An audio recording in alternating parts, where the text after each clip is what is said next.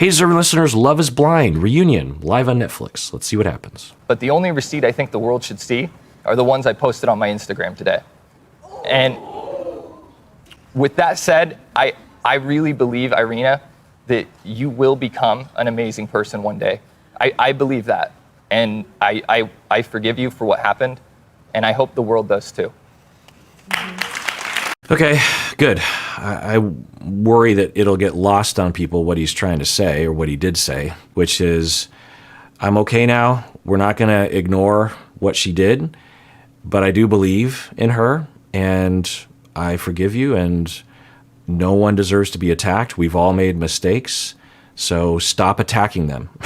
And I wonder if usually when people say receipts, they're talking about screen grabs from texts, right? I mean, I don't know. I'm not really in that world, but that's usually what I think people are talking about. So maybe he titled it the receipts as a way of trying to make a point, trying to, I don't know, not bait and switch people, but comment on the Instagram culture of outing people through text receipts, text screen grabs. Am I off? I think that's what he's saying, and I worry that it'll get lost on people, and they'll be like, yeah, Zach's great. We need to go after Irina.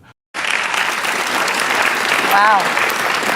I mean, I can feel the emotion in your voice, and you touched on something I think is very true, the experience that you... I will say that this season has been phenomenal, and the reunion is in line with that. Like, usually the cuties moment was amazing, but there's a lot of really human, real, authentic, I don't want to say satisfying, but, for us as viewers, some closure for us, right? We don't necessarily deserve it because we're not these people, but I don't know. I feel like there's some satisfying closure. You were basically like, yeah, I was ready to leave the moment I saw you. And you kind of said under your breath, and then I was like, whoa, wait, time out, rewind. Did she just say that? So right when you saw him in the reveal, you're like, and I'm out, but you continued to... Another great question. Maybe they should always do it live.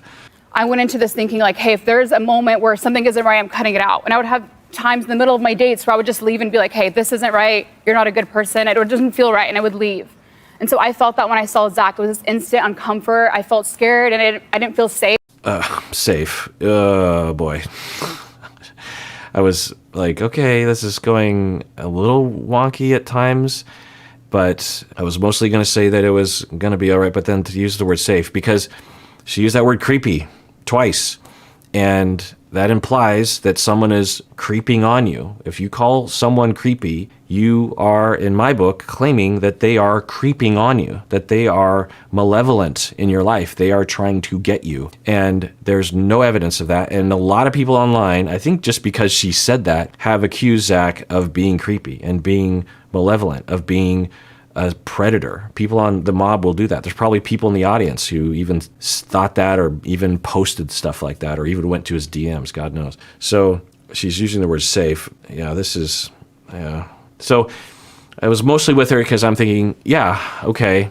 Now she would have to explain why she didn't just break it off right away, if it was true that she was done in the beginning. I thought she was going to say something like, well, it was an exaggeration what I was saying in that moment.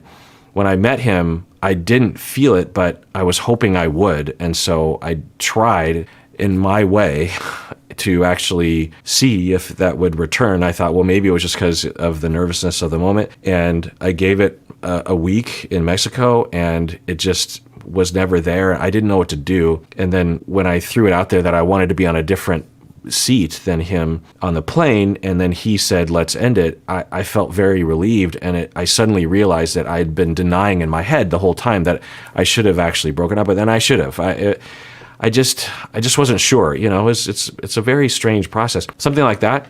But I don't know, maybe I give her too much credit. The way she answers this question, there's a possibility that there's a blank spot, a void in her maturity or empathy, because what she's being asked is, you said after you broke up that you knew right away. Why didn't you indicate it right away then? Why did you just string it along?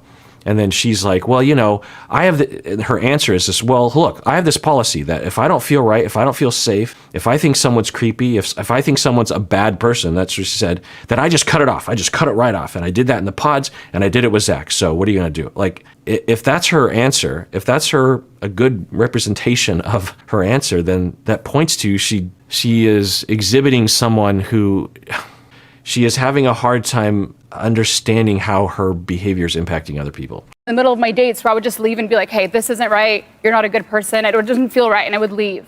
And so I felt that when I saw Zach, it was this instant uncomfort. I felt scared and I didn't feel safe. And it wasn't in the sense of like, I thought he was going to hurt me or something. I just didn't feel comfortable for me. Then why the fuck are you using the word I didn't feel safe? What do you mean by that? Well, I didn't feel, okay. I mean, you just have to be careful about using words like that, because you say a word like that, a woman says a word, I don't feel safe with that guy, unless you really clarify it very clearly that, well, I don't mean safe like, and she did kind of, but she should clarify what she means by that. I hope what she means by that is, I don't feel safe because by safety, I mean, when I'm around someone that I feel a connection with, that I want to be with, it just feels relaxing and safe to me. I don't know why, just secure, I guess. Just I'm like, I want to cuddle with this person. I want to be with this person. That romantic, safe feeling. Okay, don't use the word safe. It's not helping yourself. So, okay, great, Irina. When you decided that you weren't into someone, you cut it off right away. Great. That doesn't answer the question. Why didn't you tell Zach right away that you weren't into him? And I went back and I had a panic attack, and I actually asked to go home. And I said, this doesn't feel right. This doesn't feel right. And I couldn't. I mean, they asked me to, hey, like, let's go to Mexico and have a conversation with Zach. And I said, well, that's interesting. That's interesting. That's interesting. Who knows? But I don't know. I think Irina, if she were a liar, she would be lying better. Do you know what I mean? So I tend to believe her. Micah, well, I don't know if Micah's a liar. I just think, or what's a liar? But with Irina, I tend to believe what she's saying, I think. But anyway, she's saying that in the pod, so they do that meetup in the pod complex or wherever that is, and then they go to Mexico later, right? So she meets up with Zach. She sees him. She has that reaction. She has a panic attack, which I could imagine. I could imagine her legit. I mean, sometimes people use the word panic attack when they're really meaning anxiety attack. A panic attack, as in panic disorder, is a very specific thing. I have panic attacks. I haven't had one in a long time, but I used to have them when I was younger. They are particular. They are not just anxiety. They are anxiety, but it is particular. And if you've been through a panic attack, you know what I'm talking about. Anxiety attacks are a general term for having a massive spike in anxiety. That's not a panic attack. So is there a Venn diagram there? Kind of, but so who knows what she's talking about, but some sort of anxiety attack, some spike in anxiety. And I could imagine her having that given her personality, given the scenario. And then she tells the producers, like, I want to go home. And then she's pretty clear, like, look, they didn't force me to stay, but they asked me to stay. And who knows how that conversation went. It's possible the producers are like, totally, you can go, but let's take some deep breaths. I've been here before with others. Think about this for a second. You can totally go, but let's talk about some options here. Maybe it's just jitters upon first meeting him. Maybe it's worth a try. I don't want to influence you, but so maybe it's something like that, because that actually could be helpful too, because maybe some people need that talking themselves down from a situation like that. Or was there more subtle or more overt pressure? Who knows? But a conversation happened, and then she said that she was convinced to stay. Now, that doesn't negate what happened. She could have, she needs to clear up. And if she doesn't, then I'm guessing she can't, because it's not legit. But she needs to say something like, they convinced me to stay, and I said to myself, I'm going to try to make this work. So I said, I'm going to give this at least the amount of time in Mexico to see if something could grow. and maybe I didn't put in enough effort. But I don't think she's going to say that because she hasn't indicated anything like that. So if that's not present, there's a possibility that she just is on the show. Well, if she was on the show to be famous, she would have seen it through to the end, right? To the altar, I think, or maybe not. I don't know. But so if we just put aside the I just want to be famous bit and just think that she just wasn't, if you offered this show, if you offered to cast people on the show that were teenagers, for example, you're going to get a greater likelihood of people coming on the show who might even believe that they're in it to win it, but they're not really, because they don't have the experience to really contemplate the decision that they're making. They're playing house, essentially. And so I think it's possible that Irina was in that category. I don't know. So it's possible that she was going on the show really in a naive sense, thinking like, well, this will be fun, and maybe I'll meet someone. I don't know, it'll be a party, it'll be fun, let's just do it. And then just not really fully comprehending the weight of it, and definitely not fully comprehending the weight of it when she starts to commit to things and da-da-da. And then she meets Zach, and she's like, well, maybe, and she's sort of wrapped up in all the pomp and circumstance, because that's another factor, is just the kind of cult brainwashing. I mean, not that strong, but the influence of the environment, right? Everyone else is falling in love. I guess I will too. I mean, I'm sure that's even part of the reason why some people even overcome barriers that they have in the outside world to actually meet the person that they want to marry. So she, gets sort of wrapped up in it, and then she meets him in person, and then she's like, oh my God, I don't think, and never does she stop and think like, okay, what is happening? What do I want? What's happening? What should I do? And she's just sort of a leaf in the wind. And then, because even when they broke up, she didn't break up with him. She said, I want to be on a separate row than you on the plane. I don't want to sit with you on the plane. And Zach's like, I can't take this. Like, let's talk. And then eventually Zach said, should we just call it off? Is that? So, it kind of fits with that, right? That Irina was just like, just overwhelmed and doesn't know what to do. And that panic attack that she says, that anxiety attack, points to she was going through something, right? That it wasn't this Machiavellian, like, ha ha ha, look what I'm doing. Like, it was scary to her, hitting something deep in her. Now, I guess she'll interpret, maybe that's what she means by unsafe, but, I think it's a personal problem. Now, who knows? Maybe in a year it'll come out that Zach is some kind of monster, but there's no evidence of that. Because I knew how hard that felt inside me, and how I was like, this isn't going to work. And he felt it to 100%, Zach. And it still hurts me, sorry to say, that you think I went on the show to get famous. And I thank you guys for forgiving me, but that wasn't the reason. And so me going to Mexico is me being like, hey, I'm going to give Zach a chance. And this whole time I don't know. Her story, maybe if we heard more, it would make, because, she's on the spot. It's a lot of pressure, just be literally attacked by everybody involved, including the crowd. So I don't envy her. I would hate to be in her shoes. So, she's a little rambly, and she's not getting to what I would hope she would say, but she hasn't in a lot of ways, so it's possible that those things aren't really there. She's kind of right now supporting the notion that she just wasn't considering Zach's feelings. And I think she even said that. She was selfish. She said that. I was selfish. I was thinking about myself. So maybe she needs to reiterate that, say like, yeah, well, this is what I was talking about. I was acting in a selfish manner. I was acting for myself. I wasn't thinking about Zach's feelings. Saying I'm giving him a chance, in reality, I'm treating him like absolute shit. And I feel like I couldn't have a voice to tell Zach how I was really feeling.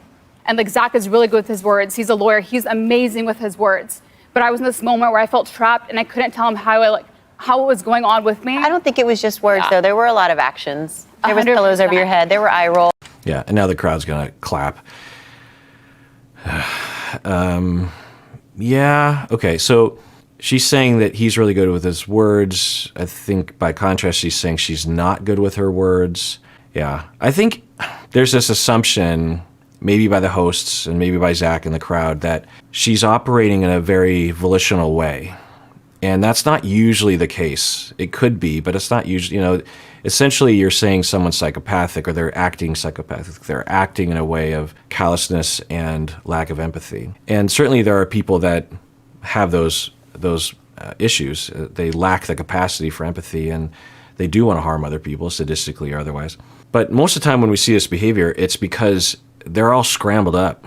and they have deficits and they have issues and they are selfish, self-centered, not in a narcissistic personality disordered way, but in an immature way, in an underdeveloped way, in a scared way. When we're scared, all of us, when we're scared, we're self-centered. You could say we're narcissistic, but when we have terror, when we're put in a place of utter terror and we don't know what to do, we do not have the capacity usually to notice other people's feelings because we're overwhelmed with our own fear. And so I think that's what she was going through. And so she resorted to a selfishness out of pure terror. I mean, it certainly stands to reason, given everything that we've seen, that she was walking on an ocean of terror the entire time. It doesn't justify it. And a lot of people deal with terror differently. I'm sure a lot of the people on the show had fear of various levels. So it's not an excuse, but I think that's what she was operating from, of just pure terror, and especially hearing her having an anxiety attack upon meeting Zach. Now, maybe she would claim at the time that I think he's a rapist. I mean, I literally think she was thinking that, and a lot of people were accusing him of being that too. So she kept using the word safe, which I'm like, just don't use that word unless you're saying it, which is fine. If that's what you mean, then say it. But don't say it if you're not saying it, because by saying it, you're saying it. You said you grew up, and I was wanting to root for you in the very beginning because you had a hard time people making fun of you for, you specifically said acne, and you felt like you were the victim. So you knew what it was like to be on that end. So then to redo it and to treat people that way almost seems like it was an actual malicious thought. Yeah. Yeah, that's a good question. I don't know. I just feel like it's kind of piling on, but it's a good question. I want to say that moment with the pillow over my face, watching it back, I was like, absolute jerk move of me. I was literally having a panic attack on that pillow, and it completely. Yeah. I don't think it was a panic attack. It could have been, but in terms of clinical language, anxiety attack is a more general term that we use. And so that does explain things. I didn't think that at the time, and I'm a little upset at myself for not, I don't think I proposed that, or did I? Maybe I did. Maybe not that specifically, but when people are bullied, particularly, and when people are insecure, and when people are socially afraid, which is what she's talking about, they sometimes are so socially afraid, and teenagers are notorious for this. They're so socially afraid that they don't want to reveal that they're socially afraid. So their tactic is to act like they don't care. Whatever, I don't care. I reject you. You're a creep. Get away. But deep down, they're more scared than anything.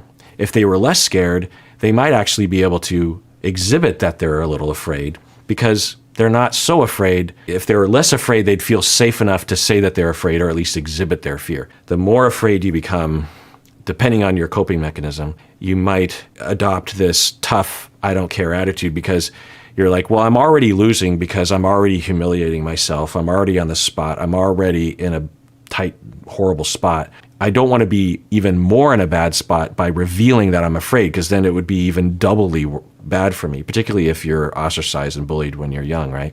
So I think that's what we're hearing. It doesn't justify it, but it does, I think, explain it. I'm glad she's giving, in her apology, and particularly Micah's apology, because Micah's had no depth to it. And I'm worried that we're sucking all the time away, because I do want to get to Micah as well. I hope we pivot to that, and Jackie for that matter. I guess those are the three that I'm curious about. And so for Irina, she is giving more context, in that Instagram apology and her earlier apology. I'm like, okay, it's a good beginning. And we heard that selfish word. And now we're hearing this tremendous amount of fear that she was going through, which I believe. And that is not an excuse, and she was even clear about that, but it does give a story, it does give an explanation as to why she would resort to bad behavior. I think this is good. It shows self-awareness, it shows vulnerability, it shows maturity that she's able to say that. On that pillow, and it completely doesn't look like I'm like, I keep talking on it, and I was crying. I literally was crying to the pillow, and I just felt like I couldn't tell Zach how I was feeling. But I guess also in hindsight, so sorry. I did hear Bliss's point of view on all this too, because my understanding. Okay. So she's wrapped up her statement on that. I mean, she could be lying, but it sounds credible. What do you think? There was a DM sent as well while you were with Zach to Bliss saying you dodged a bullet. Yeah, she did say that. I did wanted to So bring that up. I want to start off this by saying, like, this was a year ago. Like, this is such a small little blip in, like, me and Zach's love story, and we have moved on. I'm willing to address it now, and I really don't want to talk about it much further because it's like, I just don't care anymore, right? Okay. So good on Bliss for that. But I am curious as to what this is about.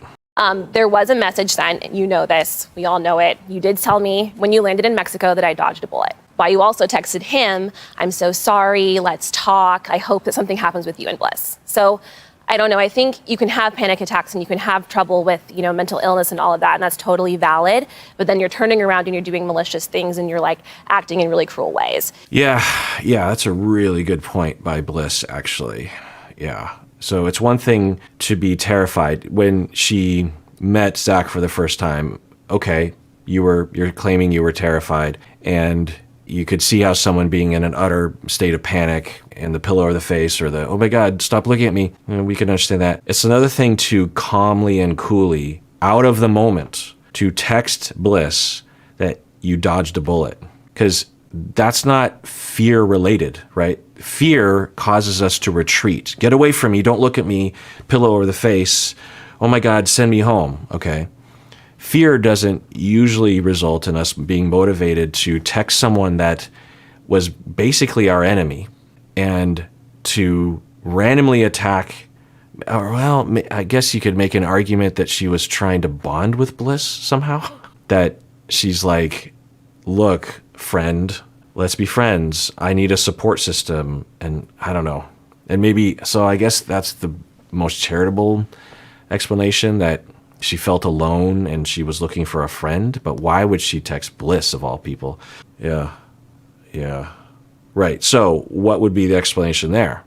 Well, I don't know. I mean, you could argue that it's not necessarily fear, like panic related, like, oh my God, anxiety spike related, but it could be related to just a feeling of like, I feel like I'm being blamed, or I feel like Zach is pressuring me, or the the producers are pressuring me. I feel pressured and I just want to get back at everything, and I just want everyone to know that Zach is horrible and he dodged a bullet, like some kind of anger, trying to get away. I don't know. Or she actually has a psychopathic streak. There are such people who can have the things that she's exhibited. We can believe Irina's statements today and also include the possibility that, at least to some extent, she has a psychopathic deviant part of her. And that's the technical term, at least from the MPI too. But the idea is that there's a spectrum, that some people are more prone to impaired or lack of empathy. Some people are more ready to be callous, more ready for revenge, more able to harm other people, less caring about how they come across. They don't have fear. They don't really care about what other people think of them, or at least they don't think about it in the moment. And you might see these people, you might know that some of these people where on a good day, it's fun to be with them because they're willing to like do really, the people who might do a prank in the middle of a Home Depot where they walk up to someone and sing a song, or people who stand in the middle of a bus station, a crowded bus station, and do a TikTok dance. That's a fun aspect of not caring about social norms and about being willing to possibly annoy other people to have some fun. Now, you could argue that that's pretty annoying as well, but at least it's not necessarily overtly harmful.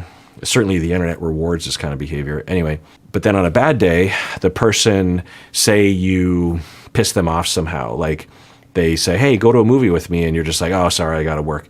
And then they decide to tweet some bad picture of you to get back at you, that kind of thing. And you go to them, you're like, why did you do that? They're like, I don't know, you pissed me off. They just don't have that same sense of care about other people's feelings. And of course, to a higher degree, those individuals are highly problematic and usually in and out of prison is the case, or permanently in prison for obvious reasons. So I don't know, when you think it's an interesting case, and I've certainly treated people like this, and there's hope for people like this. There's hope for any degree of psychopathy, but for people that are mildly psychopathic, it's a matter of learning how to notice moments where they need to cognitively engage in empathy. So I've treated people like this. I don't know if Irina is this, and don't quote me that I said she's a psychopath. I'm not saying that. That's not even what I'm hinting, or it's not even what I'm suggesting as a possibility. They all could be psychopaths. You could be a psychopath. I could be a psychopath, because I don't know anything about Irina. I know I'm not a psychopath, actually. I shouldn't say that. Anyway, point is, it's late. They delayed the show by a long time. Anyway, so I've treated people who are mildly psychopathic, and what I do with them is, if they're willing, and sometimes they are, sometimes they're not, but if they are, then I get them to understand that if they actually engage in a workaround, that one, we have to identify that they have an impairment or a lack of empathy or a proneness to callous psychopathic behavior. And once they can identify that, then we can say, that issue of yours is actually causing not only problems for people around you, but also problems for you. Because when you harm other people, then they don't want to be with you, and then you don't get your attachment needs met. Maybe you get fired from a job. Maybe you get charged with a crime. You don't want that, right? And they're like, yeah, I don't want that. Okay, so we have to figure out a way to work around the fact that you don't have, for whatever reason, the natural inclination to avoid those behaviors, to notice like, oh, I should probably not do that. So you have to engage in a habit. You also have to, in terms of behavior, but you also have to engage in a mental practice of trying to remind yourself. Maybe you have a little calendar reminder or a Post-it note that you look at every day. It's like, remember to think, to, force yourself to think about how this might impact other people. And I've effectively helped people. A lot of therapists have effectively helped people like this. The individual has to want to change. They have to see that there's a benefit. Often they have to see there's a benefit for them, but it does benefit them to think about other people's feelings for the reasons I said earlier. So there's absolute hope, and I've treated many people like that. And once they get into the habit, they can live totally normal, good lives. They might have a little bit of an edge to them with close relationships that might cause some issues, as all of us do to some extent, but they can live, they can live good lives. And there's a part of them that does care, is what I find. And when we can engage that then and grow it, then things can be helped. And that's totally valid, but then you're turning around and you're doing malicious things and you're like acting in really cruel ways. It's hard to reconcile those two things. It really is. But again, I just hope that you can take accountability, and there's so much power in taking responsibility when you. And I kind of wish that they would just lump Micah and Irina in this together. It kind of seems like Irina is made out to be, maybe they will go after Irina or Micah, and maybe you could argue that Micah wasn't as bad as Irina, but I don't. In the pods, that's not true, and in the pool scene, that's not true. We didn't see anything from Micah after that point that was highly problematic, right? Aside from the Kwame flirtations. But we didn't really see anything from Irina that was, the bulk of the bad behavior was in the pods, right? So I don't wish that Micah gets attacked. I just wish, what do I wish? I wish that both of them are given an opportunity to really learn from this experience, and I'm sure that they have. I don't know. I hope that they have. Emotions, again, nothing I did was okay. The way I acted, the way I was talking. And I can't sit here also and blame it. It was a huge part of my mental health, but I also don't want to blame that because it just isn't okay. But I texted Zach as well, and I said, I'm so sorry, because it kind of hit me too that I was like, I've never treated someone so poorly, and I meant that. And Okay, yeah. It's just more of what she was saying earlier, and she's not denying it, and we've seen that before. On 90 Day Fiancé, for example, people get called out and they're just like, that didn't happen. What are you talking about? Yeah, blah, blah, blah, and defensiveness. She's not doing any of that. So, commend her for that. All right, well, that does it for that episode. Everyone, please take care of yourself because you deserve it. You really, really do.